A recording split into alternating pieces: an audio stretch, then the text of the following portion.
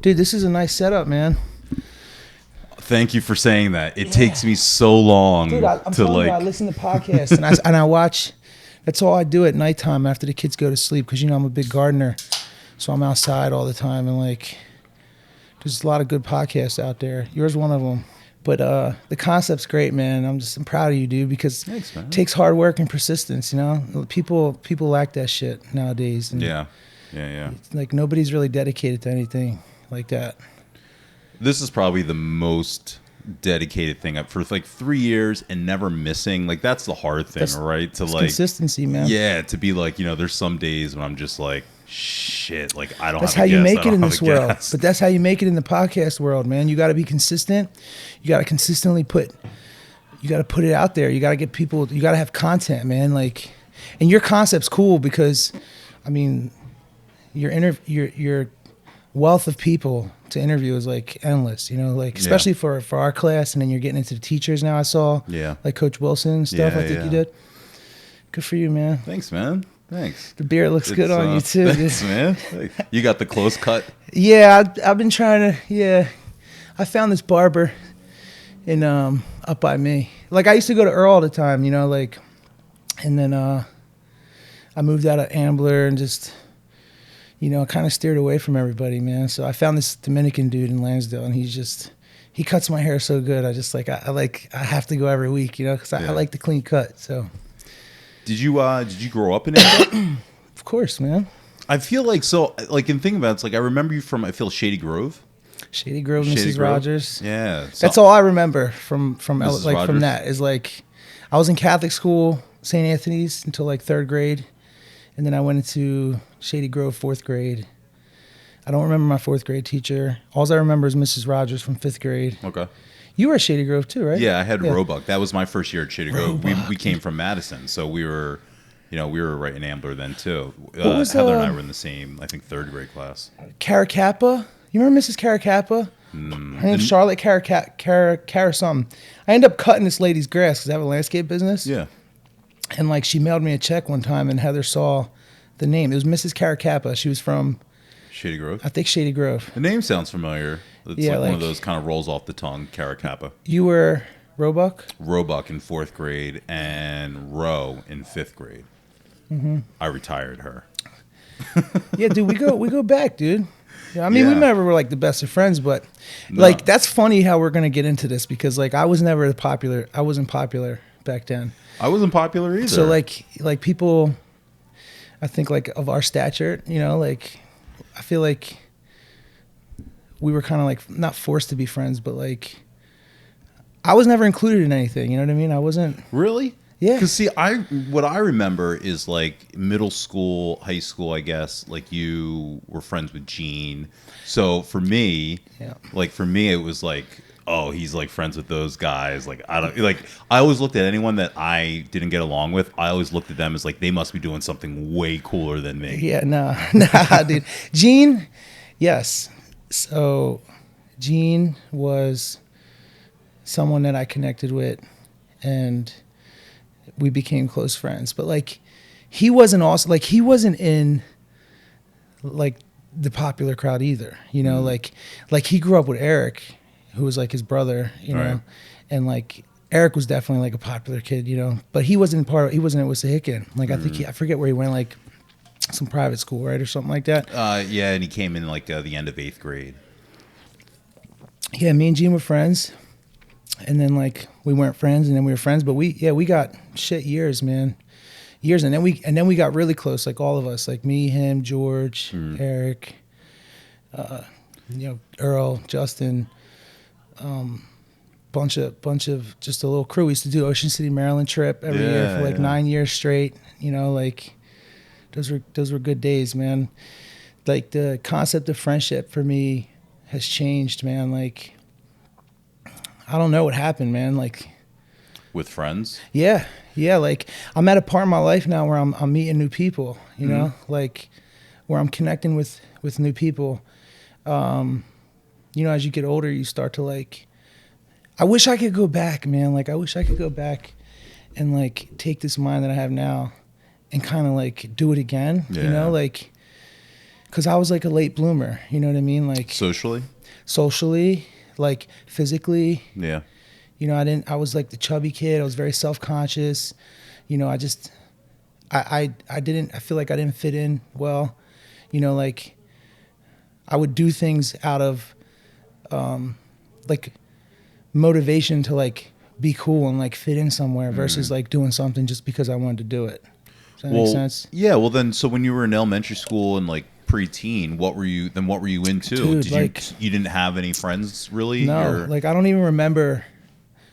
I like don't even remember. Even like neighborhood play, like dude, like no. everyone in Ambler played in the neighborhood. Yeah, like right? I had a couple people around, like from Renfrew Avenue. Remember, you know Renfrew, Where's that like at? where Knights Park is. Yeah, like, okay. Yeah, like yeah. if you come up Trinity, it's like the last road on the right before Bethlehem Pike. It's called Renfrew. It's like a little ducky block back there. All right. And it was like DJ Leach and Pat Levy, Dave Myers. It was like, you know, they were Upper Dublin cats. So nobody really knew them at Wissahickon, but they were like my neighborhood friends. You know, I even took them to Italy one year. Me, Dave, and That's DJ. cool.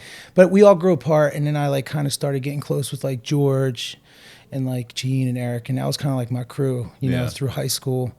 And then I made a lot of mistakes, man, like because of that whole mindset of trying to like fit in and like be cool. I started doing a lot of drugs, man, you know. Yeah. Like I even went to rehab and Really? yeah, dude. Like we can get that deep, you know, like because I was like debating on whether I wanted to talk about it. Yeah. Because Heather was like, you know, these are the kind of questions he asks. Like you gotta be able to answer these, you know, like your favorite music and shit. I'm like, man, like I don't remember none of that shit back in the day. Like it's just because it's crazy how your mind works, man. Like you can block shit out real easy. Yeah. Like, cause now I got so much going on in my life, dude. You know, like I have a crazy, great, like really good career. Like I can't believe that I've landed myself where I'm at right now, you know, with my career. I have a landscape business. It's pretty successful. That's cool. I have tons of hobbies and projects I do. Like I'm an avid gardener, like crazy gardener. I see. Yeah, like I'm hardcore, man. Like I do all my seeds from scratch, and I got tons of garden beds, and like my property's like an oasis, man. There's like all kinds of. Usually when I'm seeing like on social media, I'm flipping through, like I'll see Heather usually bragging about, and it's one of those things, you know, for me, like you see, like my plants are starting to wilt a little bit. Some people have it, and some people. But I want to have it. I got to tell you, man, like, not to like sidetrack, but like, I wish I could give people the feeling I get when I'm in my gardens, you know, like. It's like a true passion. To have a passion for something and be like completely dedicated to something, like time doesn't exist when I'm in the gardens, dude. Like I'll be out there at 1 a.m. sometimes, dude, you know, because that's the way my schedule is, dude. You know, I work and I landscape and then it's kids. Yeah. And then like when the kids go to sleep, like I don't watch TV. So I got headlamps and spotlights and shit, and I just go out and my neighbors must think I'm a wacko. But time doesn't exist. I just can't get enough of it, you know? So that's pretty much my passion nowadays. It's like projects and just being busy. I'm kind of a slave to it though, in a sense, because like, you know, I'm like an addict kind of. Yeah. So like in order for me to like stay on the straight and narrow, like I got to just keep myself busy and just, you know, I'm just addicted to like good things like flowers and sneakers and tools and, you know, shit like that. Happy stuff. Yeah, all stuff that's like positive. But like when I say I'm a slave to it, like shit, don't catch me on a rainy day, dude, you know, because I'm like miserable, you know. Staying in the house. Yeah, you get the same type of feelings that you get from like a withdrawal, you know, like you start getting antsy and like anxious, and I just can't relax. Like I just physically, I don't know how Heather deals with me, dude. Like I'm so blessed to have her in my life, man. She's like. So you guys knew each other like in elementary school, but did you ever date? No. Like you never dated at school at all? I had the biggest crush on her too, dude. Really? Yeah, like my story's like I ended up marrying like my freaking high school crush, dude. Really? Yeah, like I was obsessed with her back in the day, dude. Wow. They used to, like Eric and them used to be like, she's Mission Impossible, dog. You're never gonna get her. Just stop. I used to smoke all my weed with her, dude. Like, if I was like chilling with them, like, and she called, I'd stop everything I was doing. Did you date anyone? No, dude. Never through I was school? a late bloomer, dude. Yeah, I didn't like, you know, that wasn't my thing, dude. You know.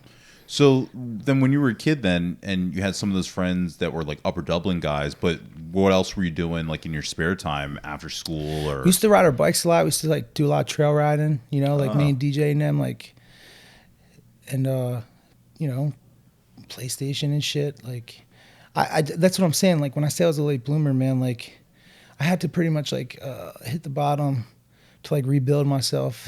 And then like I wouldn't change anything. Because my life's really good right now. You know what I mean? Like, so I'm actually like, it's really, really new, but I'm like venturing down this like spiritual path in a sense. Like, you know, I went to Catholic school and like I'm Catholic, but like I kind of steered away from it. And I don't really like Catholicism and stuff. Like, but like the other day I was thinking like, you know, like I have everything I could ever possibly ask for, you know, like a beautiful truck. I got clothes and tons of sneakers and you name it, I got it. You know, 2 beautiful daughters that like, you know, I'm blessed, you know, but I still catch myself being unhappy, you know, like. Were you unhappy when you were a kid? Yeah. Like, yeah, man. Like I didn't have a good childhood. Like people get excited and think about good memories of high school. Like not everyone. Well, yeah, right. Cause you know, not everybody had.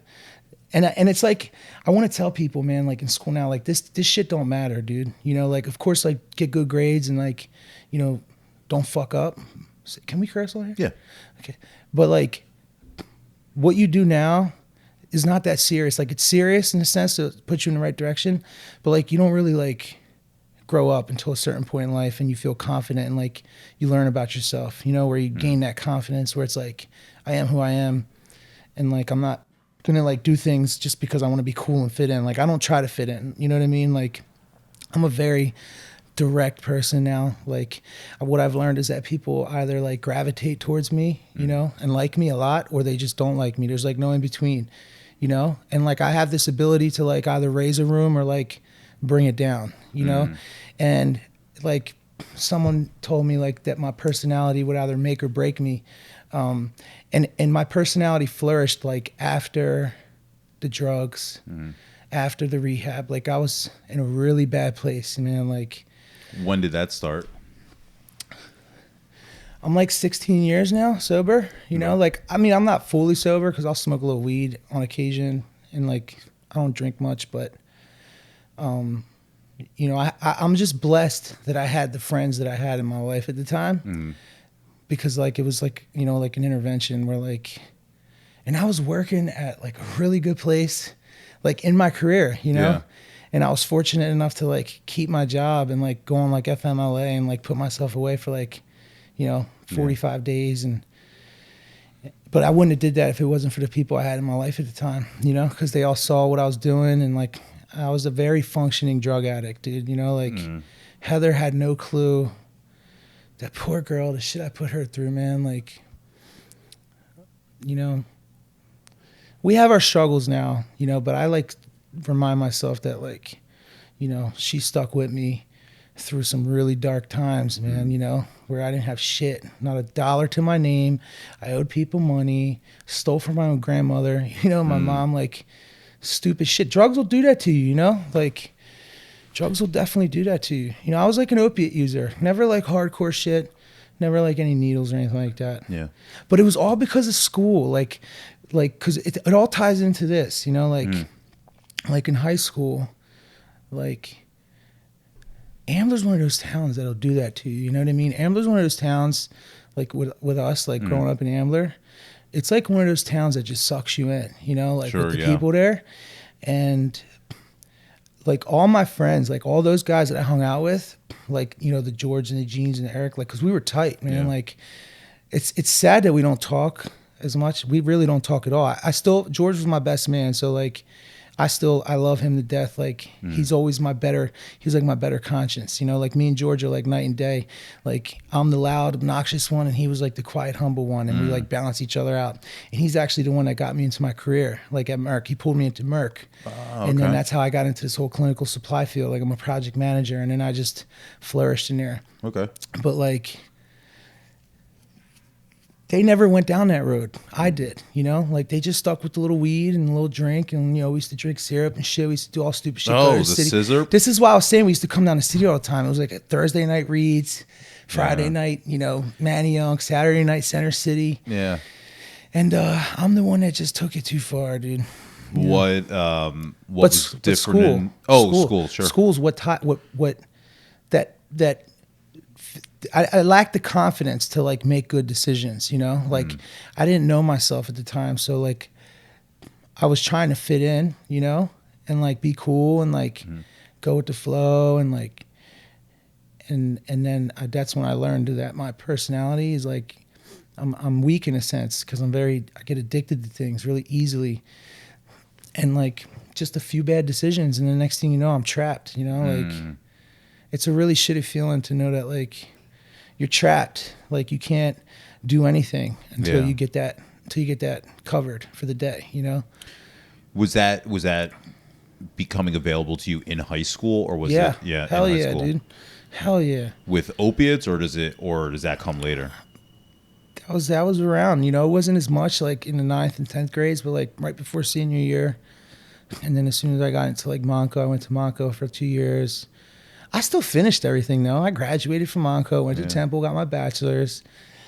It's just, you know, it's easy to just, the world's a dark place sometimes, man, you know. It's really easy if you're not like a strong-minded individual to like stay away from stuff. And I like good feelings, so. Sure. So now I find it in other things, you know. And I'm only bringing this up because I want to like, there might be someone else out there that like, who knows, you know. I don't know who listens to your shit, but like I've thought about going. Heather said you got a good following, and that makes me happy, man, because, you know, like I was telling you, this is hard work, this is persistence, this is consistency, this is dedication. Like in order for something like this to blow up, like you have to continue to just progress. And I'm sure there's times where you're like, man, it's not, you know, like it's work, right? And you got to edit. Yeah. And you got to do this. And there's some days when like it's like Sunday night and I'm like still finishing the podcast before it comes out on Monday, and I'm just hating that. Not to sidetrack, but I do eventually want to get into a part of the conversation that like how you got into this. Sure. You know? Into the podcast? Yeah, like how, like what happened? How did this all happen? Were you like just sitting here one day like, you know, I want to start interviewing people, or like I want a podcast? There were 2 different podcast ideas that I had. Yeah. One was Brad on Broad. Terrible name, maybe. I wanted to walk North Broad Street, funny, and I wanted to interview I wanted to go into every building on North Broad Street and ask them about their business, interview them about whatever this business is. Because there's so many Chinese restaurants and salons and dollar stores and discount furniture shops. I was just noticing that on my way up here. Yeah. And just bodega. And some are right across the street from each other, and daycares. And I'm thinking, like, who brings their kid to daycare on North Broad Street? Yeah. Right. So I just thought that'd be a really fun podcast for me. It's all about like, what do I think I could keep doing? And then the second was just, I run into so many people from Wissahickon all the time around here. And it was happening so much that it just felt, you get sick of the whole, what's up, man? Oh, how you doing? Good. You good? Talk. I'm good. Yeah. And it's like, all right. And it happened once with Dan Cassidy. I was with some friends and who weren't from here. They were learning the city for the first time, and ran into him at the bar, and I talked to him for like 6-7 minutes, introduced me to his fiance and all that stuff. And we leave, and my friends are like, is that your buddy? And I go, actually, it's like the first time I've ever talked to him. We went to high school together, but I don't know him at all. We've never talked at all. Right. And they were like, really? You guys seem like you're best friends. And I'm like, that's how everyone is. Everyone just acts like, yes, everyone acts like they like they knew you 20 years ago. And it's like, we've never talked at all. I know. And so I just thought like that would be something way more fulfilling for me when I have these run-ins that I can't avoid. A cooler thing to say would be, do you have a couple hours? Hell yeah. Come over, let's have some drinks, let's chill out, whatever, and let's talk about high school. You can't, like I said, I just ran into Heather's cousin. Like, the world is a crazy fucking place, dude. Like, she lives in South Carolina. She's like, what are you doing down here? I'm like, I'm going to a podcast. what kind of podcast? I was like, We Weren't Friends in High School podcast. He's interviewing all the kids from like our graduating class, and like everybody I tell that to is like, that's a fucking awesome idea, you know. So kudos, man. Thanks, like, man. I telling you, I'm an avid podcast listener, and I've never ever seen anything of this sort. Like, you know, That's like cool. a graduating a kid that's interviewing all his graduating class, and like, but isn't that crazy how you just said like with Dan Cassidy, like, of course I never talked to Dan in school. Like I wasn't, you know, he was part of the, you know, that little crowd. You know how it was, dude. Yeah. You can probably relate more to like this. Well, that's the other thing, right? I think a lot about high school in just regular life and wondering if like I'm the oddball. Was I the only one that felt like they only had a couple friends, right? Was I the only one that was like looking at all these people having these parties and I'm never invited to anything? I was never invited either. Yeah. So until I started getting high and being in that crowd. Yeah, I wanted to ask, so is that like, so was that what the like the entry point was for you? Like, it's not just, hey, is it just, how do you get invited first? Because are you just in that crowd, in that drug crowd first? It's a good question. Yeah. Like, I guess it's okay to say, but like I always was closer with like black friends. Sure. Right? Like, not that that matters, because this whole fucking world's crazy now. You can't like say shit, but I don't have, like, I love all cultures and colors, but like that's who I gravitated towards. It's almost like that's who accepted me for who I was, you know what I mean? And like I just happened to become friends with people that had the confidence, you know, like that had the reputation that like would be invited to these parties, you know? So it was almost like I was just accepted as well. Because we would roll together, you know? But like nobody. I don't have warm and fuzzy feelings from high school and shit, from these like parties, and like I didn't have no girlfriends, dude. I didn't feel like So are you doing the drugs to mask how out of place you feel? Yeah. And then it was more like, you know, like it was just something to do. And then that actually started to give me confidence in myself, like in a fucked up way. It was not the right type of confidence, you know, but like I started to like be more confident in myself, and like, you know, it just made me grow in a way that like, you know, I don't know. It just made me not give a fuck, dude. You know, and I would just say whatever, and I just didn't care anymore about what people thought. And then I had my crew of people that we were close with, and none of them, we weren't like druggies, dude. You know what I mean? We just smoked weed and shit, and we just, you know, had fun, drink. Yeah. But like I was the one that just went a little further. But like that definitely helped me like feel more secure about myself. You know. I don't know how it did it. I guess it just masks the way you know, you're like, it just, I did some drugs that like, you know, make you just like really whack the fuck out. And like, I was just like a bull in a china shop, man. Like, you know, and then after school and like in the Monco phase and then like the Temple years, man, like it just like got like completely out of control. And that like helped me grow. Like I wouldn't change anything, you know, if I'm going to say anything, I wouldn't change anything that I've gone through. Because it's made me who I am today. And actually it makes me feel like I have an advantage over certain people, because like I know what it's like to like be in a really bad place, and like how hard work and perseverance and like just dedicating yourself can like get you ahead, you know, where other people just never made bad decisions and were always on the straight and narrow. And like, but like with the whole fitting in and stuff, man, like that was my in right there, you know, that was my in. And I wish I didn't, in a sense, because it really like made me make some stupid decisions. But like I have a lot of good memories and have a lot of good friendships that I had over the years. And it's sad to say that it was like from drugs, you know, like, but you know, like life was good in a sense, you know, it was fun, man. It was just worry free and careless, you know. And then was reality hits. Was it only fun though when you look back to being high? Because earlier you said that it wasn't that great of a time.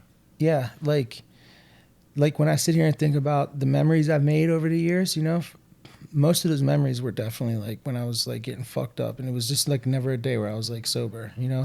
So is it like a flip of the switch where like prior to making those types of connections and having that social life, not very fun at all, and then it changes like that? Yeah, like I didn't have. I'm glad that I ran into Gene. I'm glad that I like made those friends, you know, like, and I don't think it was the drugs that like what I had to do to like fit in. Those guys just accepted me, and it was just like we just all became close. But before that, I didn't feel like anything, man. I felt like, you know, I didn't have any value, dude. Like I was this fat, chubby kid, like with no confidence in myself at all, like at all, dude. You know, and like I look at these kids nowadays, and I just want to tell them, like, don't worry, man. Like now doesn't matter, you know, like later on in life is when it matters, and like you'll eventually like flourish, you know. I did childhood modeling as a kid, and it was like near the end of it. Yeah, where like, but like it was like that age of like 10, 11, and that's around the time where I started gaining weight. And that's when I started getting chubby, and then it's like, oh God, you start realizing like how much more weight you're gaining, how much bigger your clothes are than like than all of your other friends. I was always the biggest of all my other friends. Did you ever like feel embarrassed to like take your shirt off and stuff? Because that was huge for me, man. Oh, like, I used to God, like get mad anxiety, dude. Gym class, man. Gym class was the worst. Shit, and you know, you try and tell yourself it's not going to. Now I tell myself it doesn't matter. Who cares? I don't give a no shit one now. cares, right? Yeah. That's what you tell yourself. No one cares. Yeah. But I remember there was a time Tony Joel. That name sounds light skin. Yeah. Light skin kid. Okay. Yeah, I remember him. Was like used to always be on me in middle school about my man boobs. So fucked and up. he would start like making comments like, "Oh, want to suck on your titties?" Yeah, and I was like, "Isn't that fucked up?" It was fucked up. So you know what I did was I went down to the principal and I told on him. I said, "Yo, he was making these comments sexually about me. It made me really uncomfortable." Yeah. So they called him the principal. It was like teacher, like a parent come to school day where they sit in on the classes during the day in the back of the class. And so his mom was there that day and had to come with him to the principal's office as he talks about like why the principal's like, "Were you making sexual advances towards Brad Corbett? Like, what's going on in gym class?" Yeah, it was really. And that fucked actually up. Impacts you, dude. Like to this day, because you're still talking about it and you still remember it. Like you still remember it. Maybe it doesn't impact like your confidence now and like how you move, but it's still a thought that's there. And you know, don't you wish like they don't do like it's almost like nowadays it's different. You know, like the bullying and the teasing. Like I mean, I'm sure it's still there, but like it's more accentuated now, and like they've uncovered it to like the world, and like now there's like people that come in and step in and like defend and say how like bad it is. But back then, bullying back then it wasn't like that, dude. And then you just had to be tough. Just toughen up. Yeah, exactly. Don't let it get back to then you. It was like people were mean, man. Like kids were mean, and I used to get teased all the time. It definitely affects me today, like where I want to I feel like when I'm starting to get to a certain weight or certain size, like I want to counteract that, and I got to start because you look good, man. Thanks, man. You too. Like, the beard looks good on you. You Thanks, look good. That's what I'm saying about you. It's like I wish I knew this back then. That like you're right, because I feel there was a phase where I got cocky. You know, like, and Heather was like, "Don't go there. Don't be like." Because you lost weight. Right, because I lost weight, and like you start getting attention, and it's like. Out of high school. Right. Hell yeah. I didn't get, dude, exactly. Because you know what though? Yeah. Not to cut you off, but I'm going to cut you off. Good, please. But when you're bigger and everyone's like, it doesn't matter, that's great. That's nice to think. In real world adulthood, you would hope. Yeah. But in real life, girls care. Of course they do. Girls care, and girls are looking at you like, or you don't even know. Girls don't even look at you. That's the thing, right? You're not even. You're almost like disqualified. That's how I felt as a chubby kid. Do you do the same now? Disqualified chubby girls? Yeah. No. Like I have a preference. You know what I mean? Yeah. I have a preference. I have a preference. I mean, I guess there's a certain size that's too big. I guess but and I think I definitely back then though definitely fell into like that trap of, and that's why I felt like people were like so grossed out or turned off by me, because that's what you did in middle or in high school, middle school was you made fun of the fat kid. I was lucky that, and you were tall too. Lucky I was that fat, dude. Yeah, but we were lucky we were tall. Yeah, bigger. Yeah. But so still like fat. I remember it would always be people were amazed. And so it wasn't like you would only get it from the guys, the ridicule. But I remember like the bigger girls would get it from everyone, you know, and it was like, and I definitely played into that whole thing throughout the years growing up. So that's why I think on my side, definitely like felt it like where people were probably saying shit about me, but it was always coming from guys. Girls just never said anything, period. And you got no attention from them. Like None. I didn't get no attention from any girls. None. Heather sits there and tells me now that like, you know, like that, like when I tell her, like, you literally didn't even like acknowledge me, and she doesn't believe it, you know, but like I remember the shit, you know, I remember being like feeling like non-existent in school. So it's like I was, you know, excited to come on here and like talk, because there's always another side to the memories of high school. It's not always just like, oh, it was so much fun, and I just loved every part of it, and I loved going to school. I didn't like going to school until later in the years when I started getting, you know, high and getting this confidence in myself that would have never happened as fast as it did, maybe, you know, like. But did you not like it because I was self-conscious, man. Yeah. Like, I didn't get attention. I didn't I didn't have girls. Of course, girls was the big thing. You know what I mean? Like, that's just, and I didn't get that attention. Yeah. I never knew it. Like, I still to this day, I don't take my shirt off and like girls are like, oh my God. Like, but it's like, I have the confidence now. I know, like, it doesn't matter. Like, you know. Did you wear the shirt at the beach? No, I wasn't that guy. I was that guy. I didn't go into the water with my shirt on. I was that like, guy for like a solid chunk of years. Fucked up, man. It, like, now I think how crazy that was, how ridiculous it was. That you like felt that bad about yourself. And I was wearing your shirt in the water. And like, nobody understands what that's like unless you've experienced that. I thought it was so irregular how fat I was that I had to wear a shirt to cover it up. How'd that happen, by the way? Like, how did you get fat? Like, is it just like you start eating more? Yeah, I think just junk food and love soda. Yeah, I think just, and as I got older, I think just as it, you know, I stopped doing stuff. Were these your decisions sports to eat this shit, or was it like your parent? Like my mom, I always tell my mom to this day, like, what the fuck, dude? Like, why did you give me Nutella sandwiches and give me a fucking bowl of cereal before, like, my nighttime snack? And, like, why didn't you give me the guidance to eat healthy, you know? Like, I wasn't doing, like, Nutella. My dad was very anti-processed food. But my mom was, like, and my dad, but my mom, who cooked most of the meals, was a great cook. So, like, fried chicken or, you know, whatever, pork chops, or, you know, we'd have bacon, eggs, and grits for breakfast.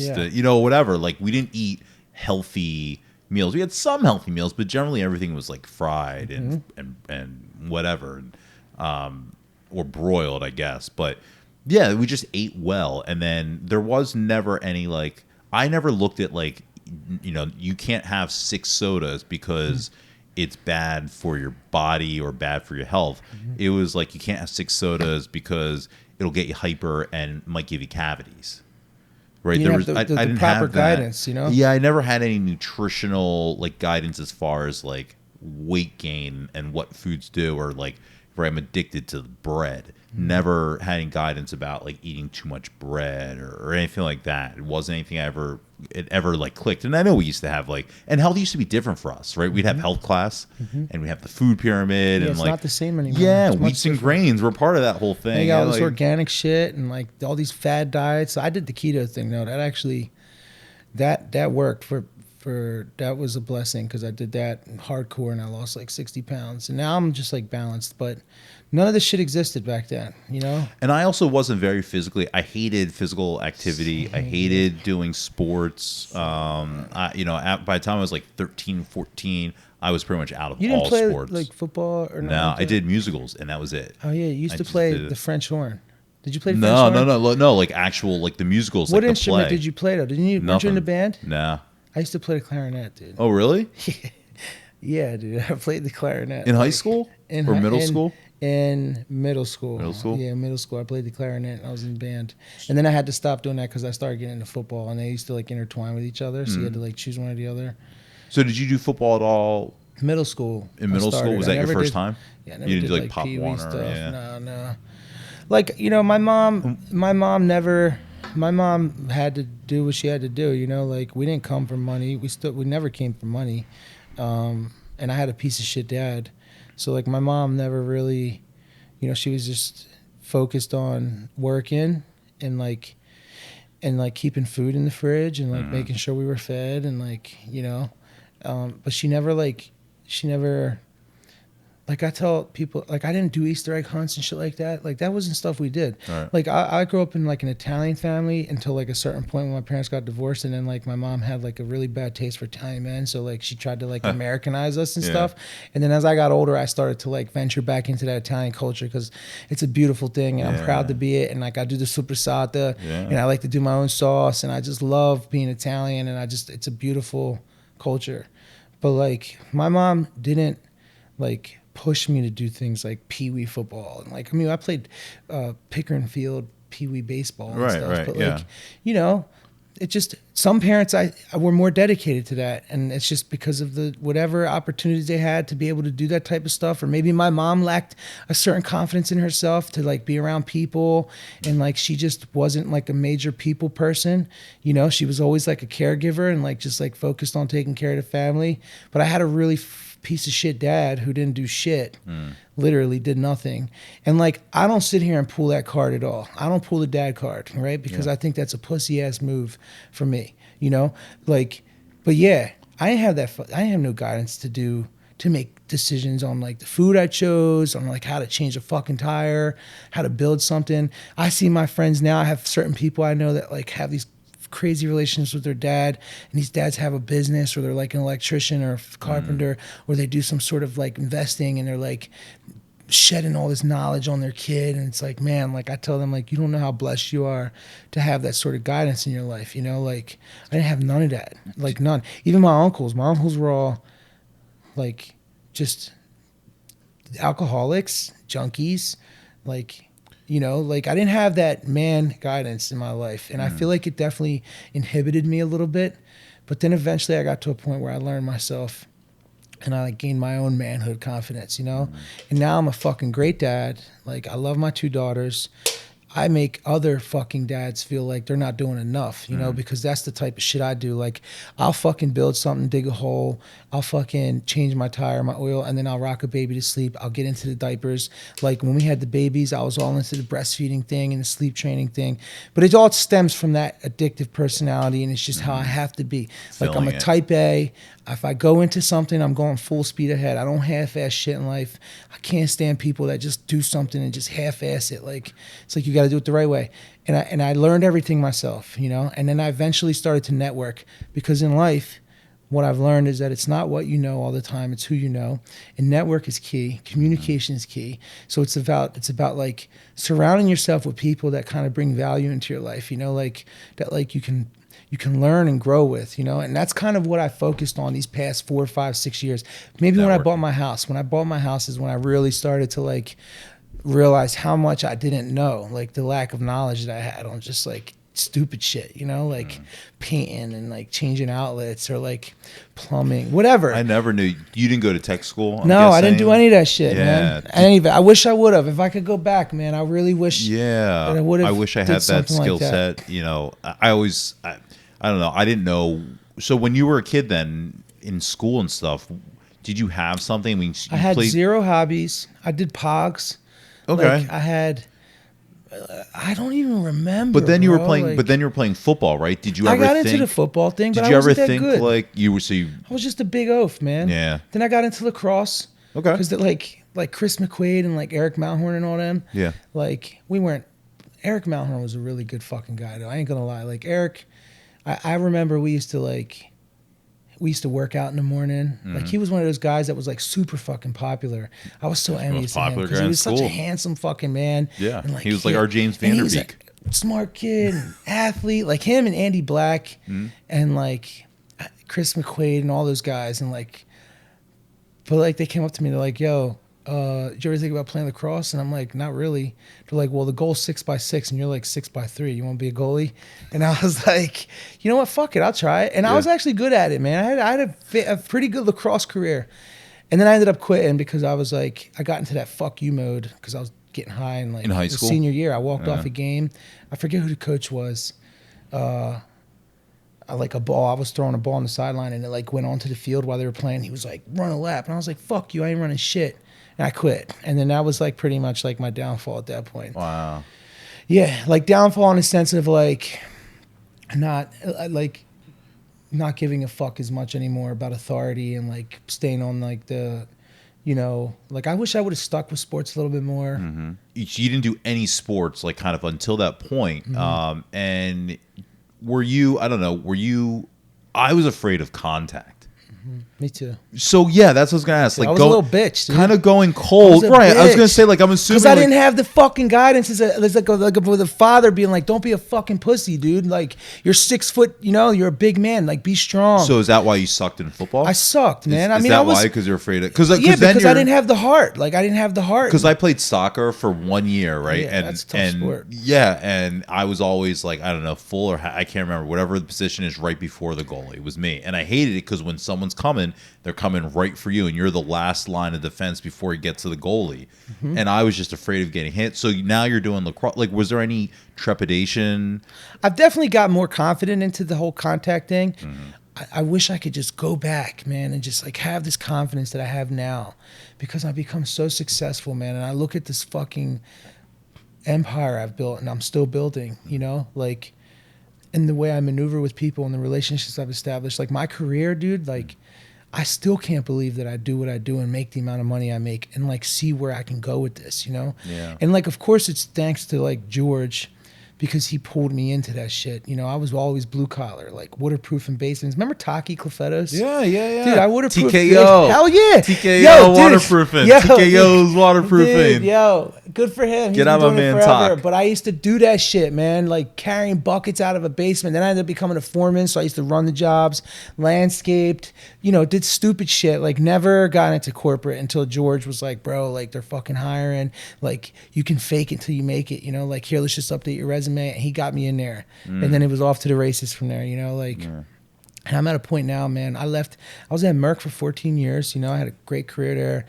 And then things changed because of like, you know, there were some things that just impacted the way I felt about the company. And I ended up leaving back in December, and I landed myself this great opportunity with a smaller biotech company in California, associate director role. Like, you know, it's just me and another person. And I have like decision-making capabilities where I'm like impacting the direction this company goes, you know? And it's like, it's a really gratifying feeling. Of course, it's super stressful, and it's a Cali company. So like I work full remote. That's great. I get to sit at a coffee shop all day. Nice. It's a little shop in Lansdale called Backyard Beans. I love them. Shout out Backyard Beans. They're the best, dude. Best fucking place ever. I met so many people there, but I literally go there every day, and I sit in the back and I have my coffees, and I got my good headphones at noise canceling, you know, like, and I just work. It's a super challenging role, and I'm very grateful that I've been able to continue it and progress in it. But I have like a whole 5-year business plan of where I'm going to head with it. You know, like I'm going to start my own consulting company, and like, I just have a vision, you know? So I'm just sticking, I'm just grateful. This is what I mean when I sit back, and some nights when I'm like outside by myself, you know, because I stay up late and I'm outside. Like last night I was outside painting my stucco at like 12 in the morning, you know, just because I'm very energetic. I don't sleep much. Like I have to continue. Remember the whole being a slave to my projects? Like I have to just keep doing stuff. But sometimes I'll just take a step back and like look at this shit, and I'm like, damn, dude, like you did a lot, you know, and you're in a good place. And most people would be satisfied. And remember I was saying the whole spiritual thing? Right. Because there's still a part of me that's not satisfied. And it's like, you haven't done enough yet. You could have done more if you wouldn't have fucked up back then. When you were going through school, what did you want to be doing when you were kind of looking around and you were realizing like you just weren't doing anything? No clue. Did you have like anything though that you were like looking up to, worship, you know, like this is so cool, that's so cool, I want to be this? Nothing. Interesting. It's sad, Brad. Yeah. Like I was a little anxious on my way here, and like even last night when I was talking to Heather, and she's like, because she's like an avid listener to your shows, and like she's telling me some of the questions you ask, and like I couldn't answer some of them. You know what I mean? Like no, I didn't have, and I can't remember. Like I literally can't remember.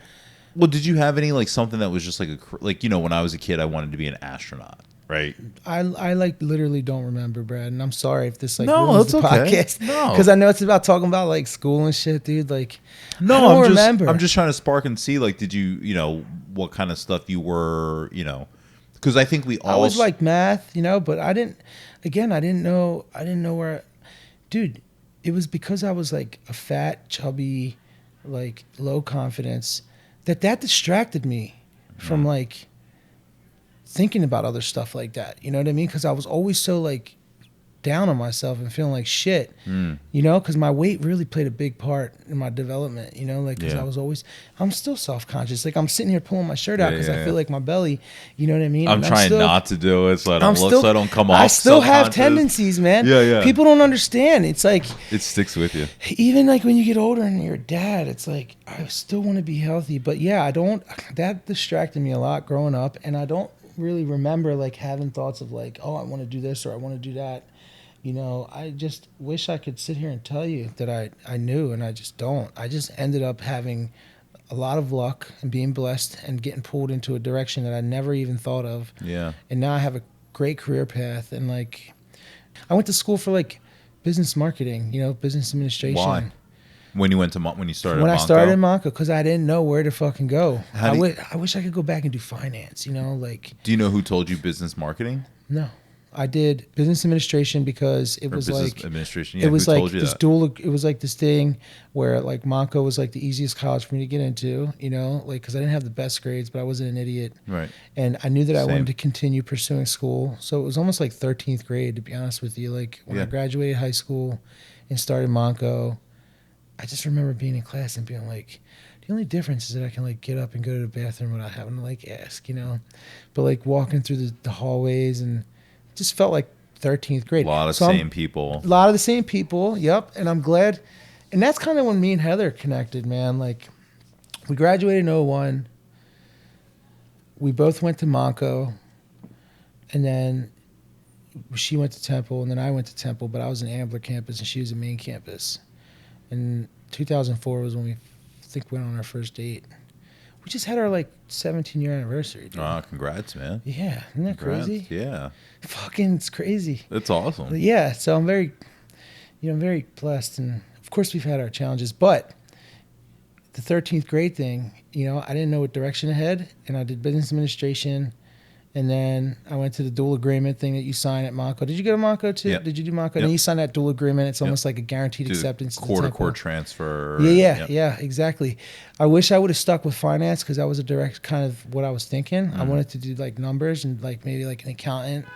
But then like I was lazy, you know. So I didn't have the same drive as I have now, you know. Like that, the man I am now is like, I love it, you know. Back then I didn't have any motivation to do anything. I was lazy.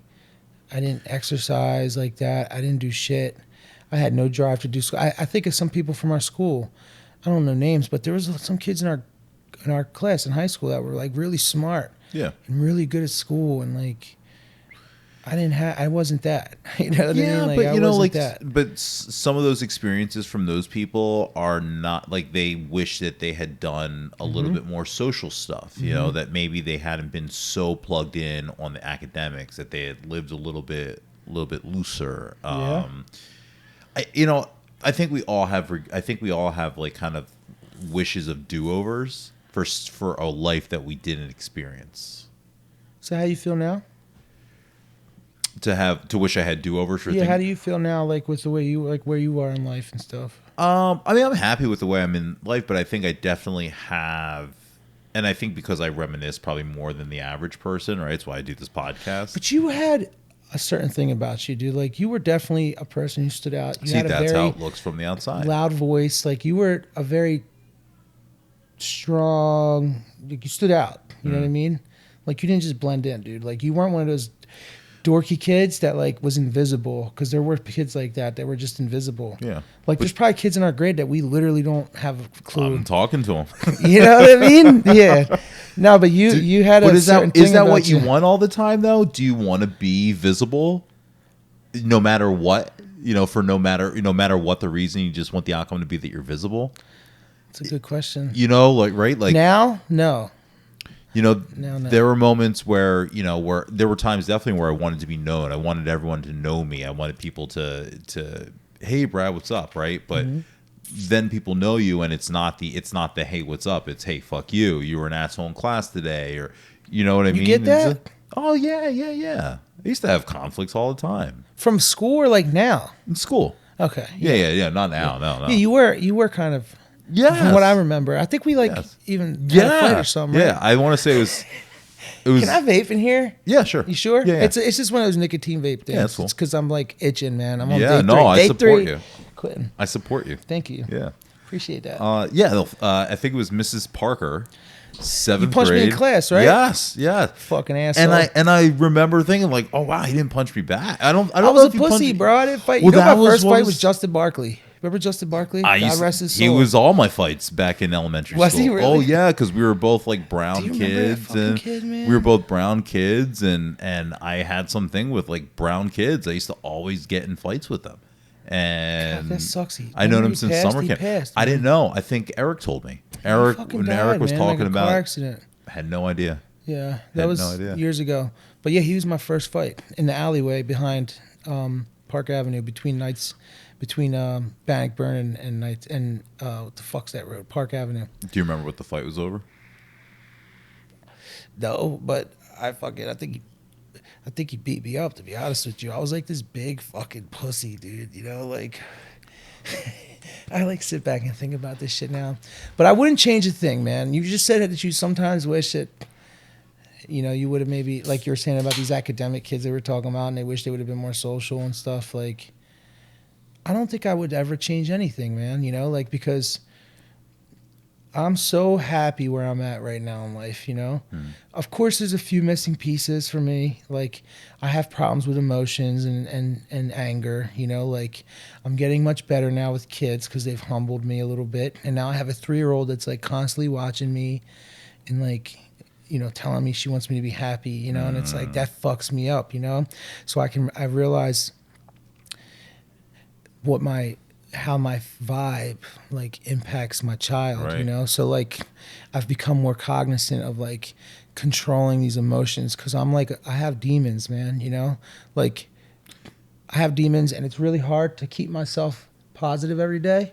Like I fall into these little holes sometimes, and like Heather, man, she's a fucking angel. Of course she annoys me sometimes and I annoy her. But like she told me one time, because COVID really fucked a lot of things up, you know? COVID was a major challenge for us because we just had Frankie, my daughter, and then COVID happened. Right. And then we had another baby. Yeah. And it was all within like this crazy world that we're in now. And like, we always were like, oh, we're doing all right. We're making it through. Like, it's not really impacting us like that, like we're seeing with other people.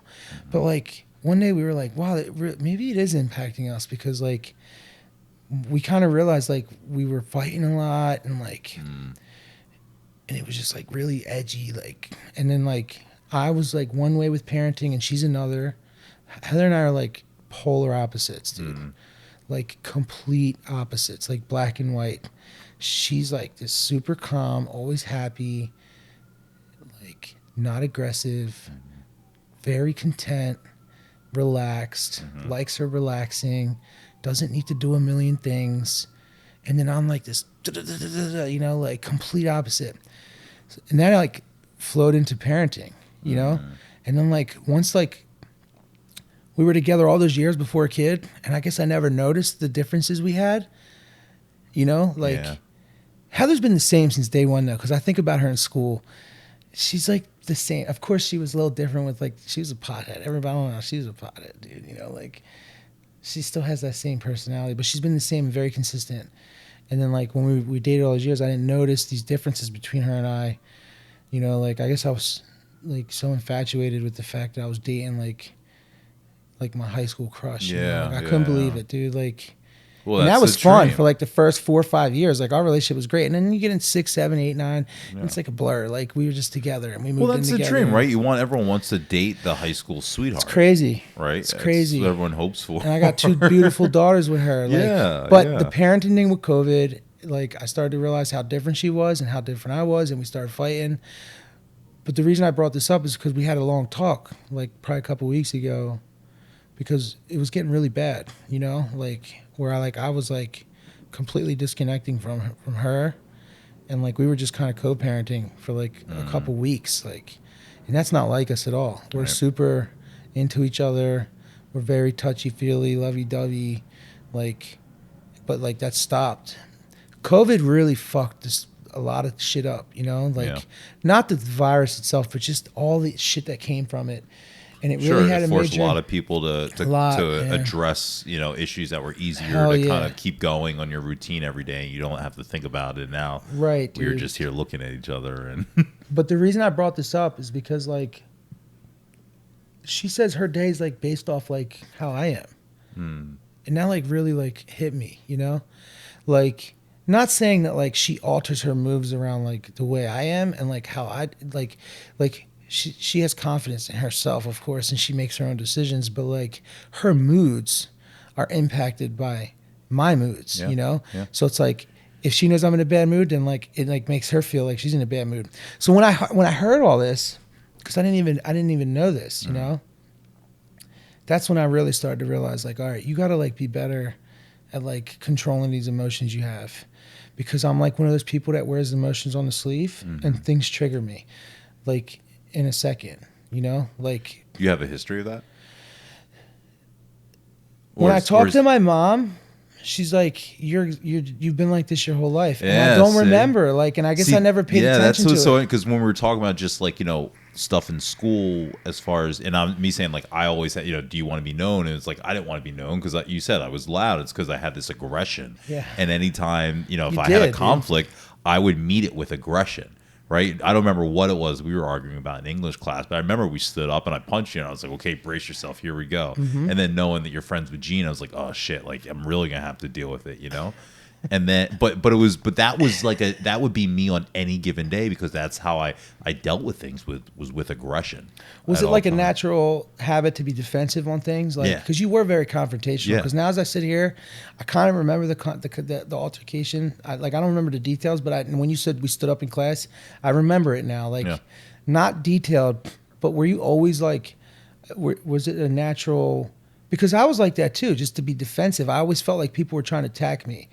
Like, or like belittle me or something. I would do anything to not. I always felt like no one understood what happened in blank situations, and not realizing that, like, sometimes it doesn't matter what happens. Not knowing that, like, when you do this multiple times, you get a reputation, and then people are. Were you trying to do that to build a reputation of being like a tough guy? No. I just thought that's what you were supposed to do. I always have a problem with, like, my first thought is, like, I don't want to get punked. I don't want someone to think they can punk me, whether I can win the fight or not. My first, second, and third reaction is to get loud and then probably swing, no matter what. Because if I get hit first, I may not get another chance, and I want to try and, like, scare them into thinking this was a bad idea. So did you have influence, like, from your father? But, like, from my dad was a yeller, for sure. My dad was a yeller and was aggressive like that, and when he would get mad, he could be, like, scary. See, I was a little punk, man. So, like, right there and then to say you did that, like, I didn't do, like, our example. I didn't hit you back, right? Because it just wasn't in me, dude. I didn't have that in me until later in life. Except, like, my friends hyped me up, like. Except you did have a temper, though. But I'm curious what would make it show, or who would it manifest in front of? The temper came out more, like, I guess, when I sobered up, like, when I went through the whole rehab thing, and, like, that was, like, a crazy roller coaster of, like, major. I wish I could just, like, a lot of people don't know what that's like, but when you sober up, your brain goes through all this crazy shit. Sure. And, like some people don't come out of it in, like, the same way they were before, but, like, my emotions really started to come out after that, because I had nothing to mask anything. Like, I was just always so high that, like, it would suppress a lot of these, like, the way I am now, Yeah. So now being sober, like, I'm proud of who I am, but I know that I'm, like, up and down super fast in a day. Like, I can snap on people. Heather gets, like, embarrassed sometimes when we're out in public. I'm, like, the guy that, like, if, like, a waiter or waitress, like, doesn't, like, give the attention that we need, or I'm just using that as an example. Like, I'm the one that, like, stands up and, like, fucking says something, and where she's like, dude, like, people are watching, or, like, I'm the one that's like, I don't give a fuck what people think right now. Like, I don't care whose feelings I hurt, but, like, I'm getting better with that now, especially with kids. Kids is a blessing. And I have these demons, and, like, this is why I was telling you about the whole spiritual thing. And I feel like I need to venture down this path, because it's something that I'm missing, because I have everything else. like I feel healthy. I feel like I look good. I have the confidence. I have the job. I have the beautiful family and kids. I have the house. I have everything. But there's something missing, and like I need to control these emotions and these angers that I have because I'm a fucking wacko sometimes. Like the whole people love me or don't like me. There's no in between with me at all. Yeah. And then I have the size too, like you too, like being like bigger sometimes it like I have to tiptoe. And then I started getting into the corporate world, and that's when I really realized like you can scare people. I have to tiptoe because I get misinterpreted all the fucking time. Yeah. Because I'm obnoxious sometimes and I like to talk shit. Yeah. And then like people think I'm being serious, and it's like, dude, like chill. Like I'm just fucking around, you know? So now it's like I'm trying to humble myself a little bit more, and I want to get better at that. And I feel like finding a path like of like having a relationship with like a higher power, you know, is like something I've never done before. And this is very new to me, and like I want to like really like hit that hard, you know, like I really want to like do what I got to do to like bring that into my life, you know. I'm just curious, have you tried any like anger management stuff prior to the spiritual? I saw a couple therapists. I was on a ton of medication for like, which made me get really fat. Like I went through waves, you know. I got to like 300 pounds at one point. I look at pictures and I'm like, God damn, dude. Like, and Heather was with me the whole time. So I love her to death, you know, because like, I guess she saw something in me. Like she saw past all that shit, you know? Yeah. And now I feel so good about myself. Like I feel like I look good, you know? Like I'm confident in myself. Like, but I was on tons of medication and I saw like therapists, but like time is important to me and I hate wasting time. I have to be super productive at all fucking times of the day. I hate wasting time. So the therapist that I saw, like, I felt like I was wasting time. It was like a waste of money, and I just never connected with a good therapist yet. Maybe they're out there. I'm sure they are. Waste of time because you just it wasn't doing weren't shit. connection. Exactly. It was just like a waste of money and time, and it wasn't doing nothing for me, you know. And maybe I wasn't willing to open my mind to that, you know. So now I'm like, before I try to do that again, because I wanted to maybe see a therapist, and like, because I do have issues, and like, we all have issues. Nobody's fucking perfect. But Hallelujah. like, I have issues that can really impact my day and other people's day, you know, very easily. So the spiritual thing is definitely something that, you know, because now I have this family, like I'm leading, you know, like I'm leading this family now with these kids and my wife and shit. And I want to make sure I'm going in the right direction. You know what I mean?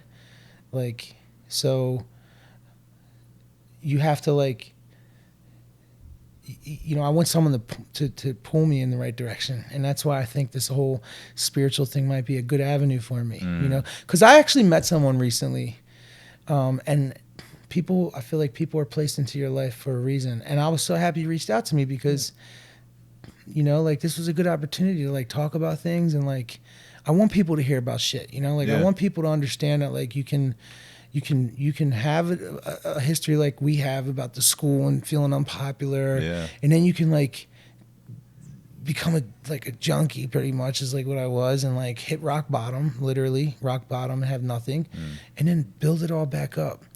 And like maybe someone's out there right now that's like in that same boat, and it's like, you know, there is a light. You just have to have good people in your life, which is super important. Because going through that whole rehab thing, that's when I realized like, there's people out there, dude, that have nobody, man. Yeah, like nobody. Tough. It's so sad, man. Like, and that's why I'm so blessed and fortunate. And it makes me sad now because I don't talk to Eric anymore. I don't talk to Gene anymore.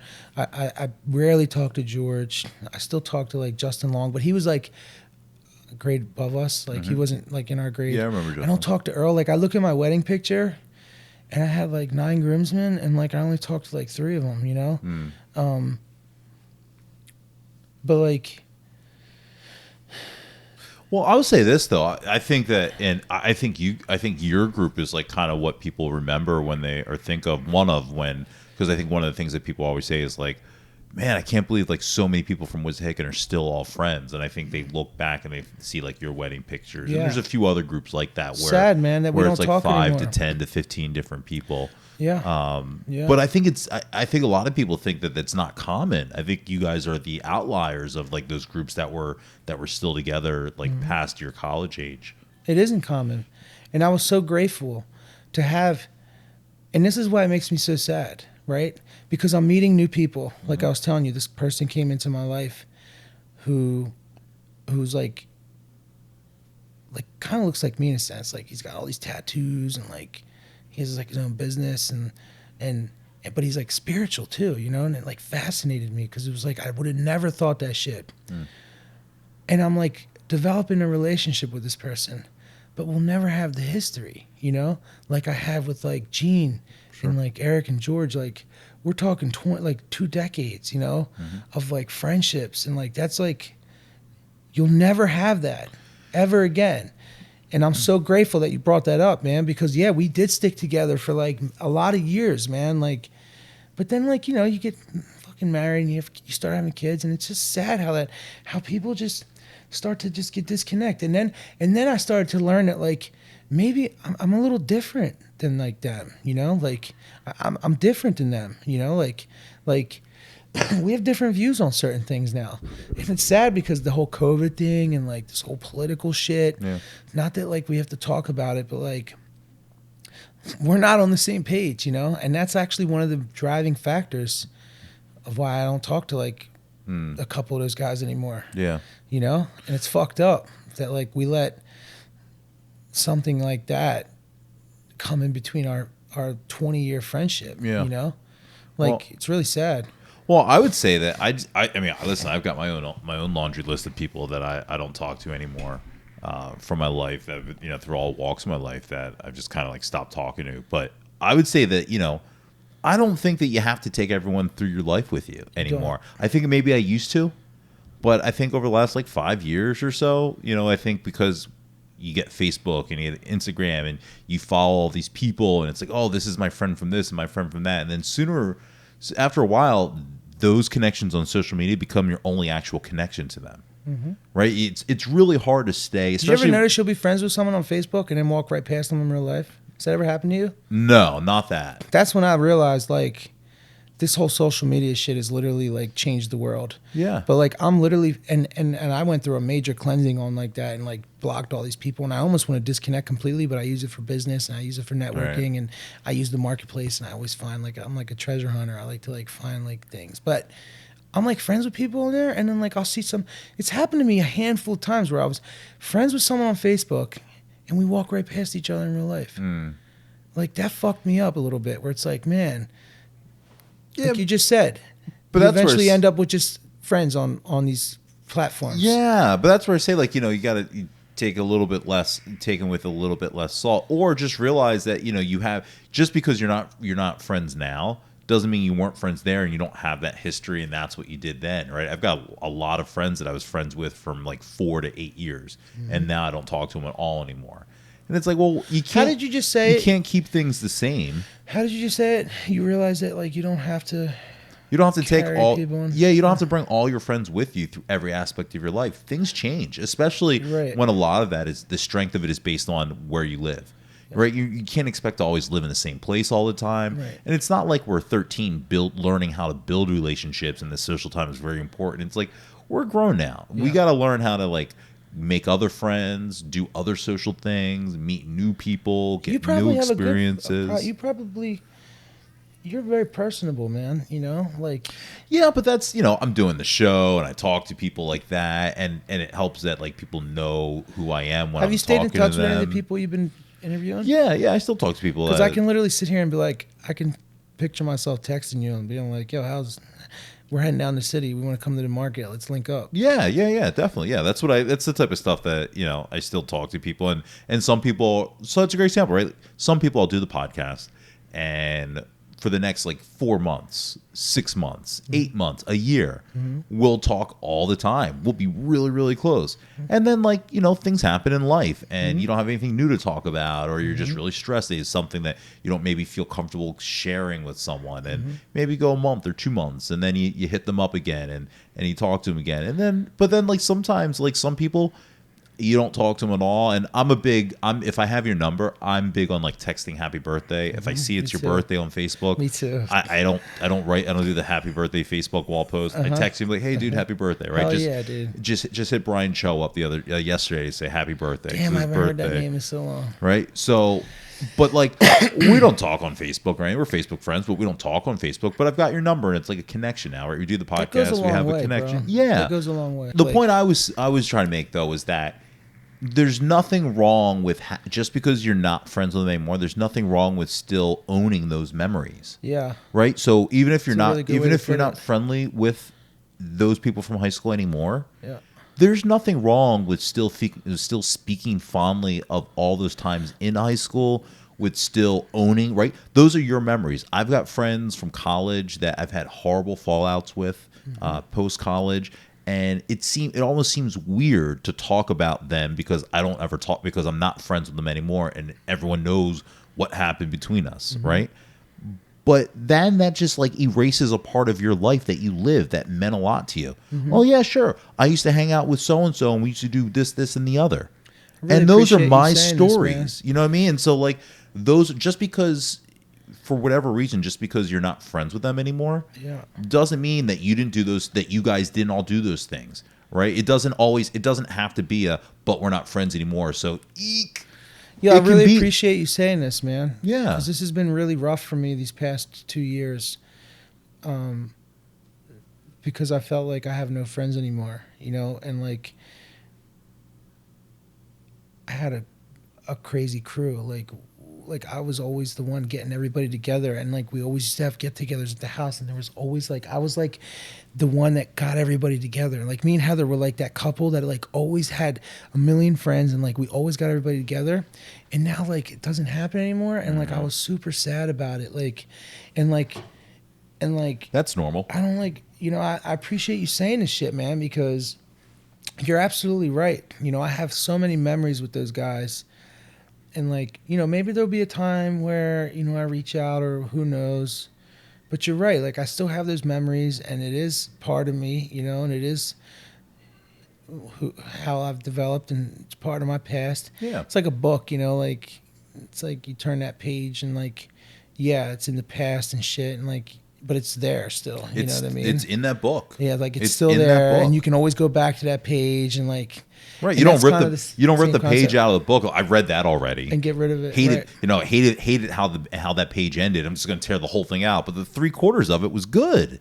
3/4 of that page was really good. This is a great conversation, man. I respect that, man. I guess I kind of needed to hear that, because you know I can be bitter sometimes, you know, and like get really angry, and like once someone like crosses a line with me or whatever, like I tend to like be petty sometimes, you know, and just block them out completely and just be like, oh, fuck you, dude. You know, I don't need you in my life no more. And that's just not the right way to be. And this all ties to that whole thing that I'm trying to like start new and like, you know, be righteous, you know, and like have like, and just be a good person. And like, you know, if some people, we have falling outs, but like, you know, you still have those memories, and don't be petty. And like, I don't want to be that way, because now I want to be a good example for my kids. And like, you know, and you develop new relationships too with people, because there's so many people in this world, especially you living down here, man. I can't imagine the type of people you run in. Like we're looking over the fifth on that. Yeah, I'm sure it's good and bad, but like you're looking over the Italian market, like there's just so many people in this world. So like I'm so appreciative of that, because now it's like, all right, you know, you're absolutely right. Like, because sometimes I feel sad about it, but then it's like, you know what? Shit happens. The memories are still there.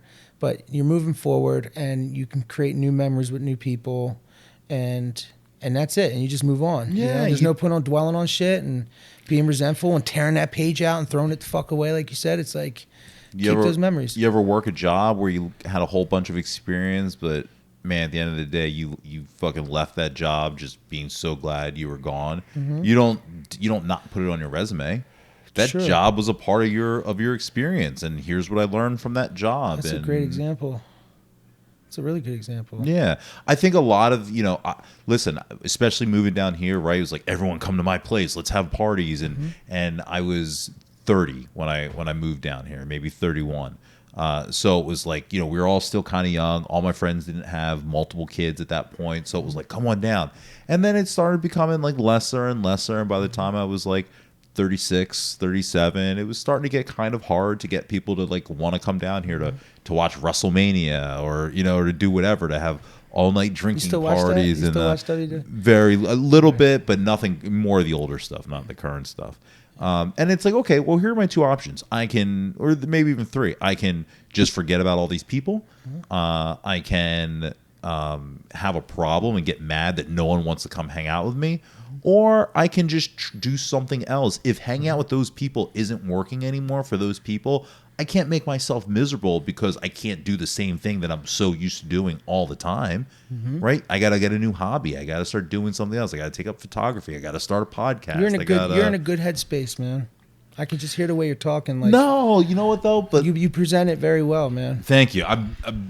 I will take that I'm presenting it very well, but it comes with like accepting that it's normal to feel that way. Like I try and tell myself, and that's one of the things with this podcast that I do believe, it's like a lot of things that I felt in high school, right? We're experiencing with what we were I wasn't the only one, right? You weren't the only one. We didn't know it, but if you had known back then that you're not the only one that feels insecure about the way that you look or about your social standing or any of that, wouldn't that have made you feel a little bit better if you truly understood that? 100%. And we always think we're the only ones that feel that. And I still go through it where I think like, oh my God, like this bothers me so much. And it's so weird that this bothers me or I just not even thinking that outside of it, just being so upset about versus being able to stop and think and go, you know what?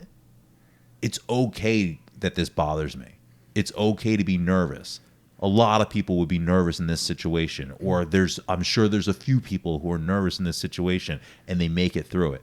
I just got to figure out what that path is to make it through it. And sometimes you stumble, but then you get through it. It's like people who are afraid of public speaking. Yeah. Right? You're afraid of public speaking and then you take public speaking and you're jittery and stuff, but you remembered your whole speech and you gave it, and maybe it wasn't great, but you made it through, and none of the things that you thought were going to happen happened. Right. It didn't suck. It's always that way. Yeah, it didn't suck. Yeah. It maybe wasn't the smoothest, but you remembered everything. Everyone got what you were saying, and it wasn't that bad. That all comes with maturity, man. That's the only way Yeah. you can get to the point where you're at right now to say the things you're saying. It's all with experience and maturity and growing up and just learning who you are and being confident enough to say these things, and I appreciate you. Like, I feel like this is like a fucking therapy session. Dude. Everyone always says great, that. For me too, this though. is It goes great. both ways. I appreciate it, man. I Absolutely. really appreciate the opportunity to come talk. I'm so grateful. That's pretty much how I can feel right now. Gratitude is a big part of my life. Yeah. Because I have to like remind myself where I come from and like how far I've come, and like the whole Dan Cassidy example you brought up, that was, it made me cocky at first because I would see people that like didn't fucking pay me a 2 cents, dude. They wouldn't even look in my eye. Literally was non-existent to them. Yeah. And then you see them out and they're on your dick, like, oh my God, man, how you doing? Dude, you look so good, and what's going on? And like they see the things you're doing, the people you're around, and a part of me wants to be like, man, fuck you, dude. Like, but I like soaked it all in, dude. And I'm like, yeah, like, and now it's, now I don't think that way. Now it's like when I run into someone and like we have those conversations, I don't let that thought come into my mind anymore. This little bitter fucking fat chubby kid from school that like, you didn't like me back then and now you're fucking talking to me, especially with girls too. Like, man, if they only knew the type of damage they did to people, to like men, like boys like us, like they don't know what type of impact they have on a kid like you, like me, for instance, that had no confidence, the type of impact they have growing up, and like the feelings that they would make me feel like, like fucking worthless, and like no girl will ever like me, and like I'm so unattractive, and then like you grow up and then like you start getting all this attention. It was a lot for me to take in because I like went through this whole transformation and like just like, like lost all this weight, and then like I'm getting all this attention, and then like I'm like Heather's like my fucking wife, and it's like that like got a hold of me for a second, Yeah, dude. for Like where I was sure. thinking I was the fucking man, Getting you know? shot Like, into the popular crew. hell yeah, dude. Yeah, yeah. Now I'm past all that. Now it's like I'm more humble now, and I try to like not let that bother me as much, you know. With the social media, you know, I like sit back and think how we didn't have that in high school, and I'm grateful that we had didn't have AIM. that in high school. That was it. We had I don't even know what that is. in semester. We had AOL. AOL, dude. AOL. Did you have AOL? My mom did. I didn't, and I just remember logging onto the internet and hearing that crazy. Yeah, like nobody knows what that shit was like, dude. I didn't have that, and I'm kind of grateful that we didn't have that because it's a, you know, we had a good childhood. I feel like the generations now are just different, and like the way I hear my little cousins now with the things they say about how their popularity is ranked on like the amount of likes they get, Right. and like. Thank God I didn't have to deal with that back then. You But know? we did. Just it wasn't technology, right? Who signed your yearbook, right? That was a thing. You're fucking you know? right. Yeah, holy shit. Yeah. I Heather told me to pull my yearbook out, and I'm like, I don't even know where it's at. But I didn't have a lot of signatures in my shit, man. How many people you got hanging out around your locker, right? I didn't have that. Yeah, who are you sitting with at the lunch table, right? The Those dorks. were all the popularity things that like you that it didn't mean dude, anything, but it holy was shit. you know. You're absolutely right. Yo. Yeah. I didn't have any of that. Those were those were all the things I was deficient in as well. You're absolutely right, though. That's how your popularity was ranked with Yeah. like that type of shit, because there were certain tables at the lunchroom. Man, this is like That dictated mad who you crazy to could- think about this, man. Yeah, that dictated who you could talk to, who you could date, whose houses you went and then you over would hear to. about like, oh, you know, so and so's dating so and so, and it was like this big thing. And I used to be like, man, what is that? That's got to be so cool to like have that type of popularity where like people are like talking about your relationship and like, and then like I'm like, man, fuck that, man. Like, you know, I don't care, you know. And then maybe I'm being bitter about it. Maybe I'm being bitter because now maybe there's a part of me that's coming out because now you're like bringing up all these feelings. And like I'm starting to get this like, and I'm just going to be completely transparent on this, right? I'm starting to get these feelings right now of like being mad, you know? And because now I'm starting to remember these with the lunch table thing, like, damn, dude, that's like, whew, you went back with that one. And like, it's fucked up that I had to experience that, you know? And I just feel it's making me mad sitting here thinking about it. If you were popular, you sat at this table with these people because you were the popular kids, and if you weren't, you fucking gravitated towards people that were in the same boat as you. I was friends with like, what was his name? He was like the Indian kid, not Cassadati. It was Saphir, dude. I was Bhatti. like sitting with him at lunch, dude, at like study. What was the room? What was the period that was study hall? Was it study hall? Is that what it's called? Yeah. Like I was sitting with like him. I remember I like hung out with him a couple times. And like Jordan Cheshire, I hung out with him, and that was it really. Like I didn't really hang out, and then Gene, but then we like stopped talking. But like these memories right now, I don't really like. Really? You know? Yeah, I don't like these memories. And like I don't like thinking about the way I was back then. I've literally masked it out of my mind completely. Interesting. Like, but why? Those memories weren't good for me. Like those memories were not good for me. The feelings that I'm starting to like feel again right now at this very fucking moment, I've become really good at like putting behind me and forgetting about, because now if you meet me now, people that talk to me now think that like I was this super popular kid back in school and like have this picture of how I was. And it's like, dude, if you knew me 20 years ago, you wouldn't think whatever you're thinking right now is the like complete opposite of that.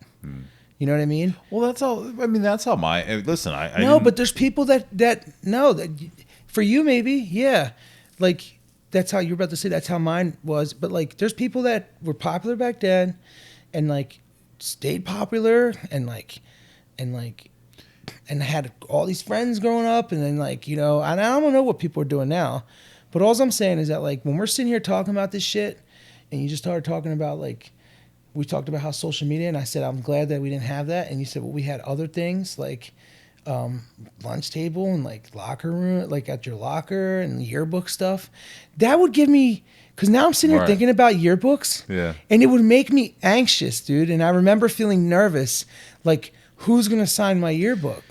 Here's another one, right? We had the superlatives, and there was like funniest, like, and I always like never had any of them. Right, I was like, is anyone gonna vote for me? Never for any had of that any stuff? of them, dude. You know, all those things. You just Oh my like God, wonder. I can't believe You you're know, bringing this up, dude. Holy shit! I never landed on any of those, and I used to be so jealous.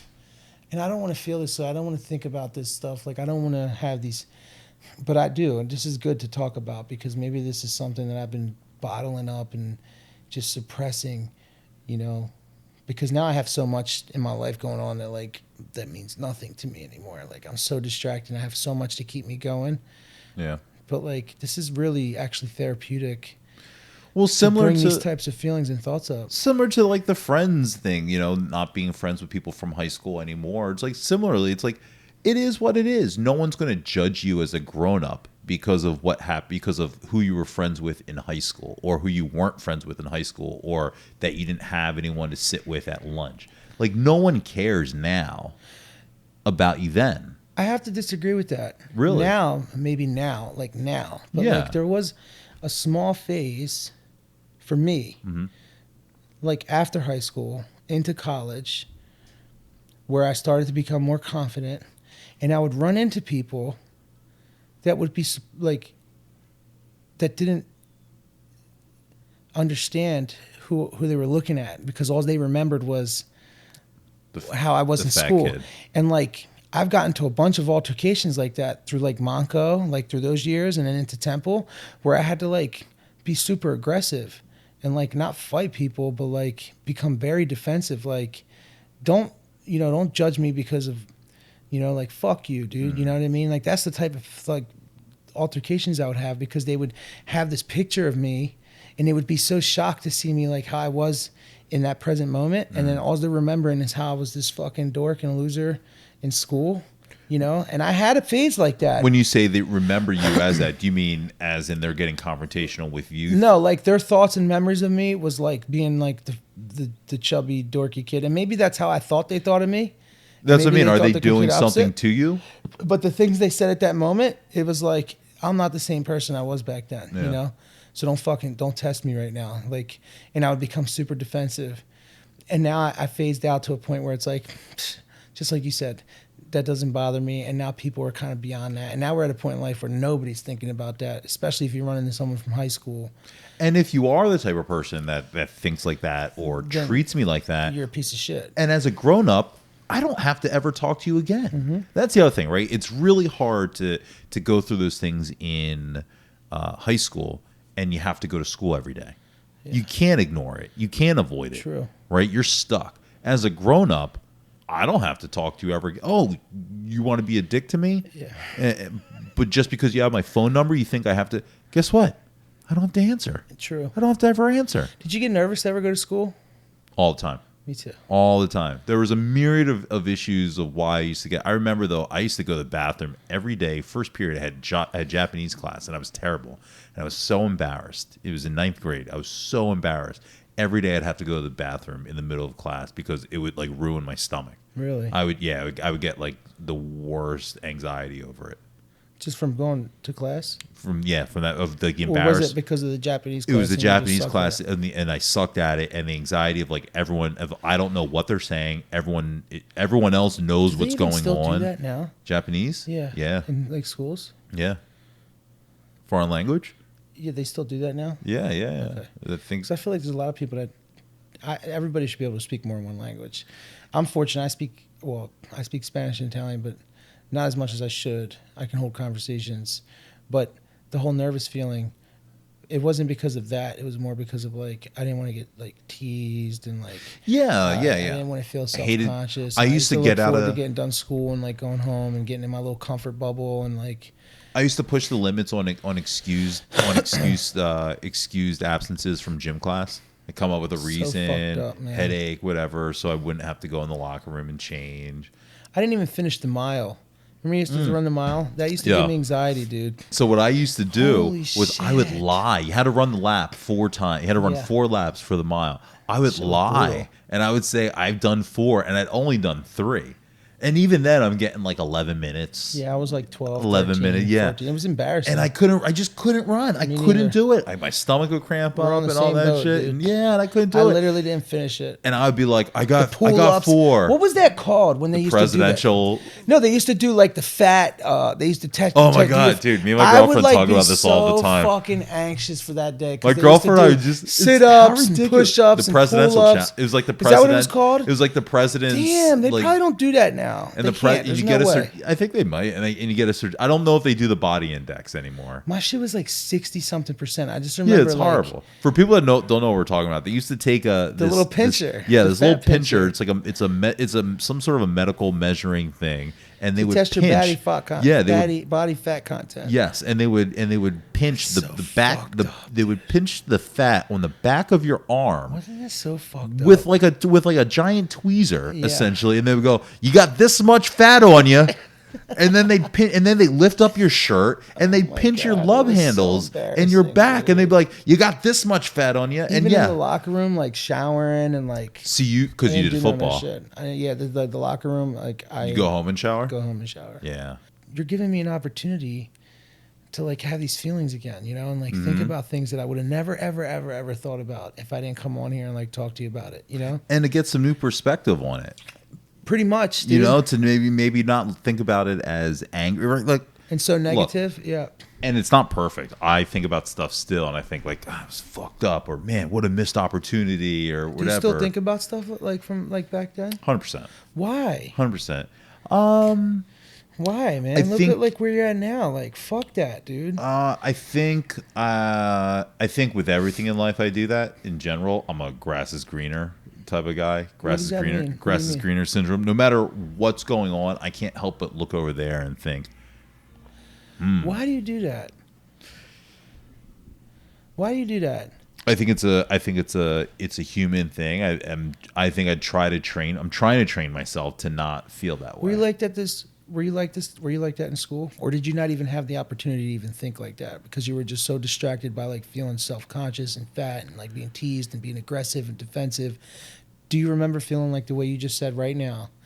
The grass is greener. What'd you call it? Yeah, grass is greener syndrome. That's pretty cool, man. Did you think like that back I then? stole that from Below Deck, just so you know. Did you really? That's pretty cool. But did you think like that back then? Yes, but it's not all the time, right? When you're hanging out with your friends, it's great, it's fun. But then when it's like it's a Friday night and I'm working at Wawa and I get off. You did work at Wawa, dude. And I'm off at 10 o'clock. Which one? The Springhouse one? Yeah, right by the school. Man, they used to have the best bacon, egg, and cheeses there. Yeah, like real man. bacon, egg, and cheeses. Yeah. And now it's all like processed shit. But And you're working till 10 o'clock on a Friday night, and then you go home and you have nothing to do, right?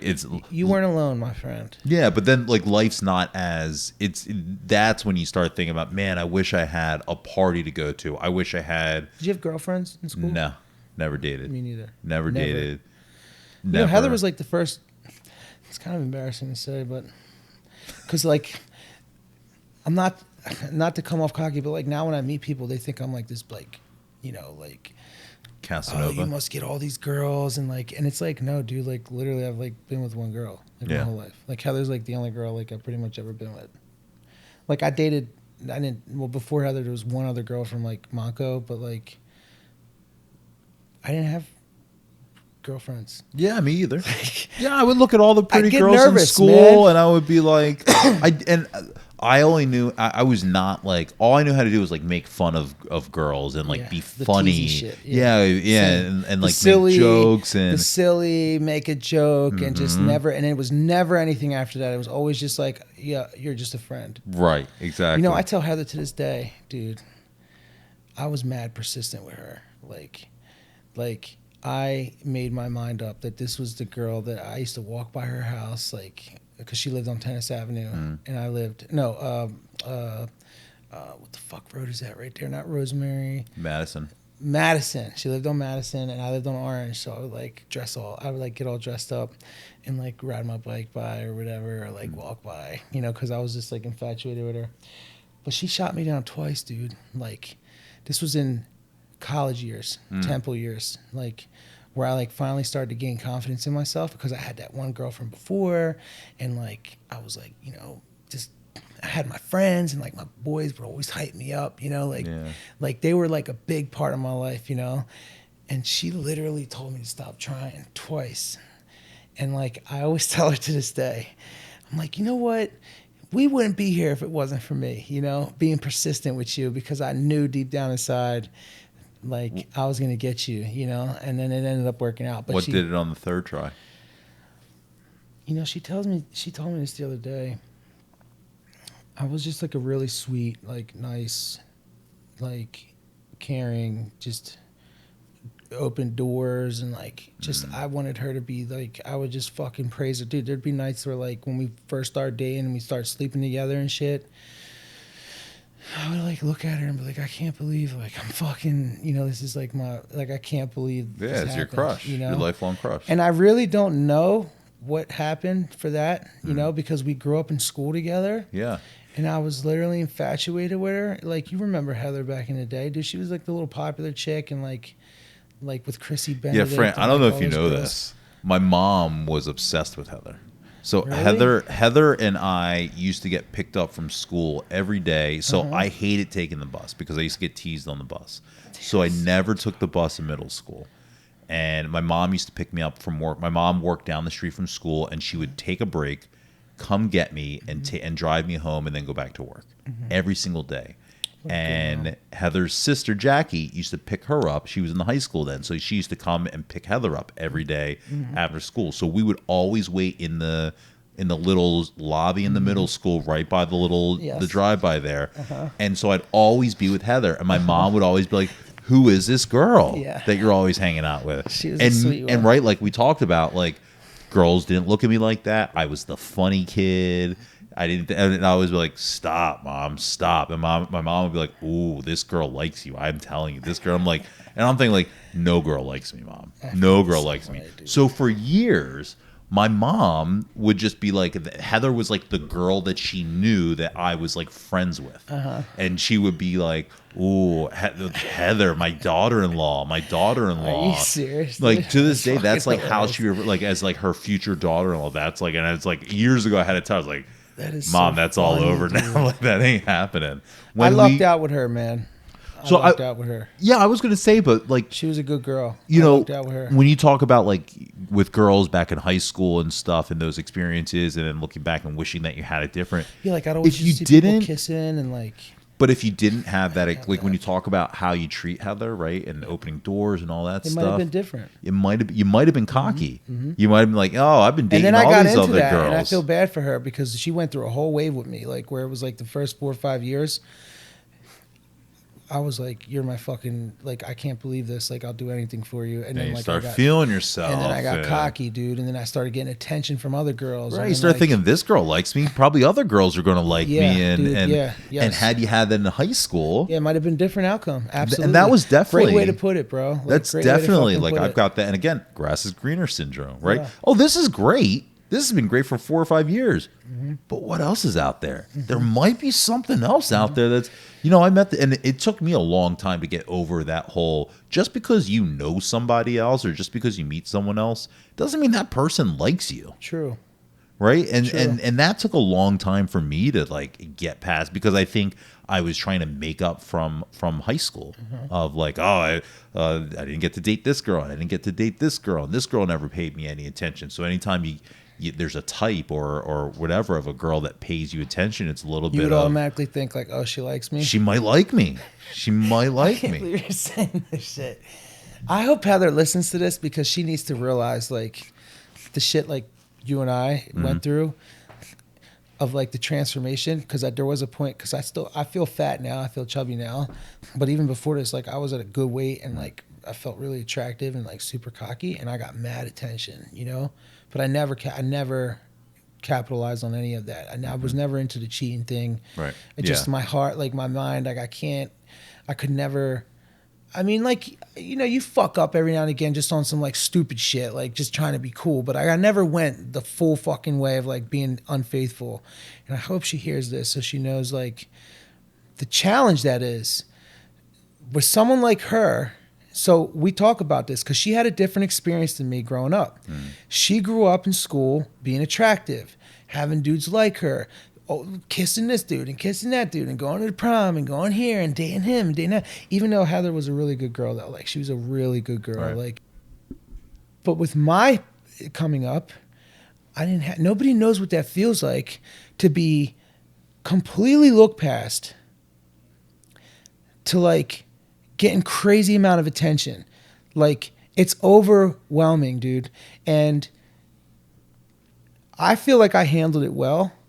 Because I could have really went like a really fucked up way and become this cocky fucking asshole, like treat girls like shit and just fuck all these bitches. Live out all your fantasies. And I never did just that. Become Drake. Correct. Well, yeah. I never did that. And now I appreciate it when I get attention. You know, you and I both know what it feels like to not. The glow up, the glow like, up, the post high school glow up is a real thing. It definitely fucks. Yeah, it definitely fucks with your mind. I mean, listen, when I graduated high school, I was almost 300 pounds. When I graduated college, I was 185. Damn, dude. Yeah. So now and you got the skin complexion, so you were probably definitely getting a lot of fucking attention. Now and I've got this right. I was doing radio and video and film and I was a personality. I became a personality, a legitimate. I became a gimmick. Yeah. Right. Yeah. And that's how everyone. You're good at this shit. Thanks. You're really good at this. Thanks. Yeah. You're talking to people or you're messing with people and you're kind of you go for whatever goes for you. Versus trying to find what you actually like. Choose what you want. What you actually like, yeah. And you can find yourself like failing over and over and over and over and over again because you're just going for whoever wants you because you've never had that before. That's deep, bro. And then you just go like in my case, now that I just turned 39 and I'm not married, right? And just in like probably my most serious relationship ever. Yeah, how's that going? It's going really well. And I think and we'll find out. Do you guys live together? No, we're I'm probably wrapping up my time here. We'll probably in the summer, yeah. I gotta tell you, that's a big milestone for a relationship. Yeah. There's big. There's a certain set of milestones that happen that will challenge the relationship, and moving in is a big part. So if you guys do decide to do that, and you make it through. That's huge, man. Yeah. Huge, because when you live with someone, good for you. I'm happy for you, bro. Thanks. Like, because you do get to an age where it's like you want to settle down with someone. You want to have those experiences. You want to and if I can give you any words of advice, because one thing Heather and I struggle with right now is that we're opposites, right? Because like you said, like I didn't have the opportunity to really pick and choose what I wanted. I just knew I liked Heather just because she was like this beautiful, just sweet, caring, just like awesome. You know, I just loved her. And then like we ended up together, thankfully. And like, but like I've learned that we're different. So we make it work, right? And it works out good. But we don't like the same movies. We don't like the same hobbies. Like we don't do that. So for you being in an opportunity now where you've grown. And now you know who you are, and you know what you like, and you know what you don't like. Make sure you take the time to really look for some similarities with the person that you're choosing to like spend the rest of your life with, you know, because that really goes a long way. Well, that was a big thing for me. I used to think like, oh, I don't want to meet my clone, right? I don't want anyone that's like just like me who likes the same stuff, and then it was more like, well. I do want them to like some things that I like. And now it's like more like I just know I'm the type of personality that can force things upon people. And luckily my girlfriend wants to learn, you know, different stuff about what I'm into. Did you ever get her on the podcast? No, well, she didn't go to Wissahickon. She went to school in New York. So what though? It's still, you can still talk about. Oh, for sure. She actually says she would, if I went to school with her and I was doing this for her school, she says she would never do the podcast. She would have zero. Yeah, she would zero interest in actually in coming on the podcast. Nor, and she listens to the podcast now, but she says she wouldn't even listen to the podcast if I was doing the podcast for her school. You feel? At least she's honest. I respect it. That's a good way to look at it. I respect it. Yo, I really like your personality. Yeah, man. I can see that you're someone that like. I'm a little envious right now. I ain't gonna lie. Oh, why? Because I can hear it like. Because right away when you're saying what you just said, me would be defensive and take it personal and get like, why don't you and why wouldn't you, and like, but you're looking at it like, well, at least you're being honest, you know. Well, and it's like that's a big thing right there, dude. Like that's big. That's big. You should be proud of who you turned into, man. Thanks, man. You should be proud of it. Well, one of the things that, you know, it's like, do I want, and that's where I was saying, like before, you know, thinking like, oh, I want them to like this and I want them to like all the things. All I can hope is that they give it that. I realize now that's unrealistic, right? You've got to pick and choose what's important. I think. Absolutely. I'm not an expert. I've spent the last 2 years of the podcast asking other people to help me figure this shit out.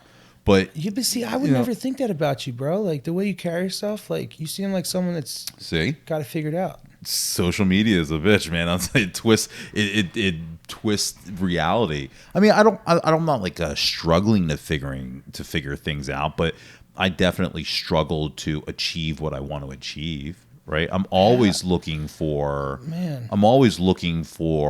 you know, the right way for it. You know, one of the things that I'm addicted to is becoming friends with people who are successful or doing things that I never thought of attaining. That's a great addiction. Let me ask you this, please, because I feel like Heather's going to be checking off all the classic questions I have to ask you. Yeah, please. And this coincides with a memory of that I have, other than when we got in our fight in English class. Yeah. So I think we had a science class together, and you had a CD book. You carried around the CD book with you around school, and this was in high school. Yeah, and you kept. You would have the CDs, and you'd have the booklet in the back of the with the songs and shit. Yeah. The CD book would be in the actual in the slip with the CD. Yeah, I wish I still had that thing. And I remember. You had the Wyclef Jean, the Carnival album. Right, dude. Classic, man. Classic. I wish wish so I could. You know, if you go on Apple Music, you can't find some of this shit no more. It was like so some of blue. Jay-Z's initial albums. Like I can't find them no more, and I'm so mad at myself that I like didn't take care. I followed toy hunters and like these people that make all this money from like toys and like vintage shit, and I'm just like. Fuck, I wish I would have saved some of the shit I had just because of the music. Yeah. You know who's really good at that? Who? Gene. Really? Gene is a music connoisseur, and like he was the one that would set everybody's iPods up and like put the playlists on because he's been so good at keeping all of this vintage music, man. And I used to have a CD book, just like you said, because I used to do the whole downloading torrents and all that shit, and I would make fucking CDs. Yep. And I like lost all that shit because I fucking got distracted and I sold my PlayStation. I fucking stole jewelry. I did so much shit, man, and I get so embarrassed about it. And this is like a part of me that you just brought up, like, damn, I wish I would have kept a lot of this shit I had. The Carnival, Wyclef Jean. So my question to you. I wonder if that's still on here. I wonder if you can find that on Apple for sure. Music. Yeah, definitely. Go ahead. What do you So my question is, did you have a favorite artist of the high school era? Beanie Siegel. The reason was senior week. That's all I can think of was senior week. Petey Crack State Property, like Oskino Vasquez. Wow, Young Chris. Oskino. So you were, like, all state prop. Like Big L, I got into like classic rap. Yeah. I was always a hip hop and rap Mongol. Now in my older days, I still, when I'm riding down the streets and shit, like I still got my old school, put my windows down, let my music blast, and I'll be listening to some classic hip hop or some good hip hop. I like beats. I like lyrics. Yeah. I'm into that shit. Did you have a movie of high school? No. That was in your no. You said you didn't watch any, or you don't watch TV now, but did you watch anything then? How High, I remember, like, Oh, from yeah. high school, but, like, man, like, it's, like, sad. Like, I literally, like, I can't remember. Like, I literally can't remember. We had, like, the Scream era, and all the teen movies, and... Scream, yeah. No, I don't think I've ever, I can't sit here and say, like, I had a favorite, man. Like, this is probably going to be the boring part of the podcast, and maybe the whole thing was boring, It's but, like... it's the lightning round of high school questions. Yeah, please. I'm probably going to... What was your favorite? What was your favorite artist? What was your favorite movie? Yeah, please. Did you have a keep it favorite going. teacher? Favorite teacher? The only one I can remember is Mr. Brody. Oh yeah, That's literally the only one I can remember from teachers. Yeah. And he was, I just remember him being cool. But no, I don't think I had a favorite, man. Did you have a job in high school? I worked at Giuseppe's Pizza. Oh for a little bit. Best wings. I worked at like a Best gas blue station, cheese.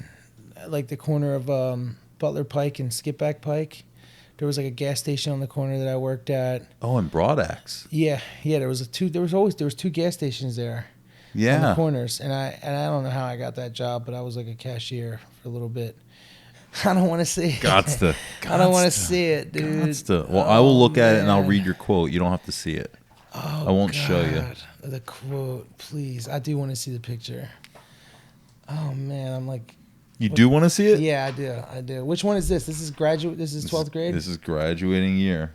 So we got football 9 through 12, lacrosse 10 through 12. I want to thank all my family and friends. Special thanks to my mom for always being there for me, and to all my friends in high school. Good luck in the future. Can I see? There you are. Oh God. Are you getting those feelings again? Oh, I don't even want to see myself, man. What the hell? I didn't even have a forehead. My hair was like, I had like a box. Earl was the first person I went to that cut my ice. I went to him the first time where I got a shape up and an outline. Yeah. Right for senior week. That was the first time I ever had my Taught you how to do it. And then it's been off to the races ever since. That's funny. It's been very euphoric to like sit here and talk about this shit, you know? I think we unlocked some things. A little bit. Yeah. I feel like I'm going to definitely take something with me from this. You know what I mean? Good, yeah.